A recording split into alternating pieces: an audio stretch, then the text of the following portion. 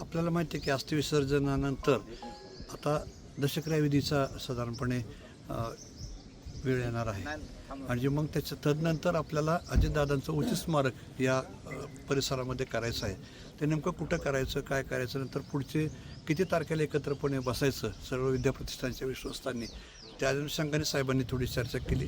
कारण मला त्यांनी एकदम बाहेर आल्यानंतरच फोन केला की मी असं येतो आहे. मी नटराजच्या कार्यालयातनं तसंच इकडं धावत आलो आणि बोलणं झालं. कारण साहेबांना असं वाटत होतं की परत बारामती सोडण्यापूर्वी एकदा परत अंतिम स्थळ जिथं आपलं हे झालं अंत्यविधी त्या स्थळावरून परत जावं.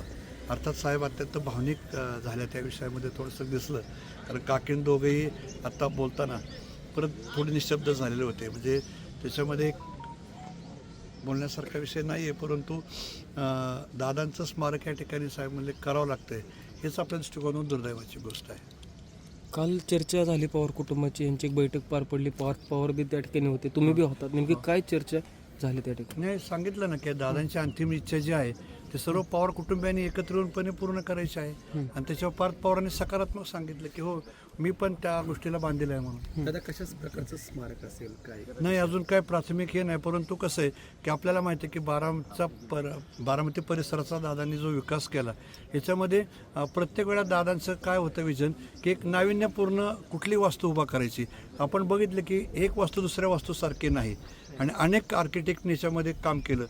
तशाच स्वरूपामध्ये दादांच्या बरोबर काम करणारे अनेक आर्किटेक्ट आहेत, कन्सल्टंट आहेत. त्यांना सगळ्यांना एकत्र बोलावं, त्यांच्यामध्ये विषय आपला द्यावा व त्यांच्याकडनं डिझाईन्स मागून मग त्याच्यामध्ये सर्व प्रमुख मंडळींनी एकत्र बसून करावं. परंतु बारामतीमध्ये जे काही वास्तू उभा राहिल्यात त्याच्यापेक्षाही हे सरस या ठिकाणी झालं पाहिजे या मताचा व्यक्तिगत मी आहे.